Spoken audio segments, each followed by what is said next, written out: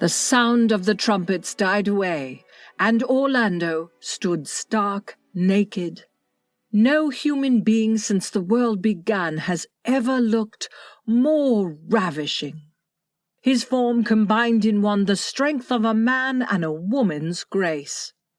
As he stood there, the silver trumpets prolonged their note as if reluctant to leave the lovely sight which their blast had called forth.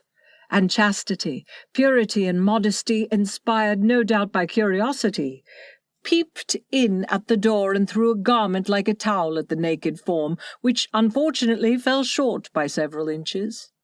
Orlando looked himself up and down in a long looking-glass without showing any signs of discomposure, and went presumably to his bath. We may take advantage of this pause in the narrative to make certain statements. Orlando had become a woman. There is no denying it. But in every other respect, Orlando remained precisely as he had been. The change of sex, though it altered their future, did nothing whatever to alter their identity. Their faces remained, as their portraits prove, practically the same. His memory, but in future we must, for convention's sake, say her for his, and she for he. Her memory, then, went back through all the events of her past life without encountering any obstacle. Some slight haziness there may have been, as if a few dark drops had fallen into a clear pool of memory. Certain things had become a little dimmed. But that was all. The change seemed to have been accomplished painlessly and completely in such a way that Orlando herself showed no surprise at it. Many people, taking this into account and holding that such a change of sex is against nature, have been at great pains to prove 1. That Orlando had always been a woman.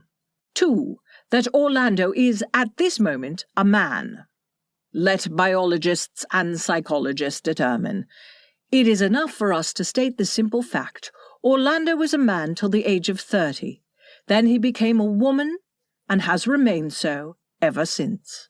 But let other pens treat of sex and sexuality. We quit such odious subjects as soon as we can.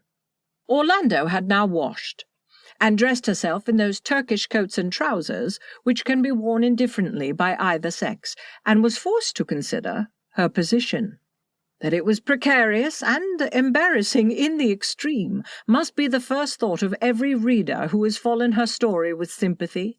Young, noble, beautiful, she had woken to find herself in a position than which we can conceive none more delicate for a lady of rank. We should not have blamed her had she rung the bell, screamed, or fainted. But Orlando showed no such signs of perturbation.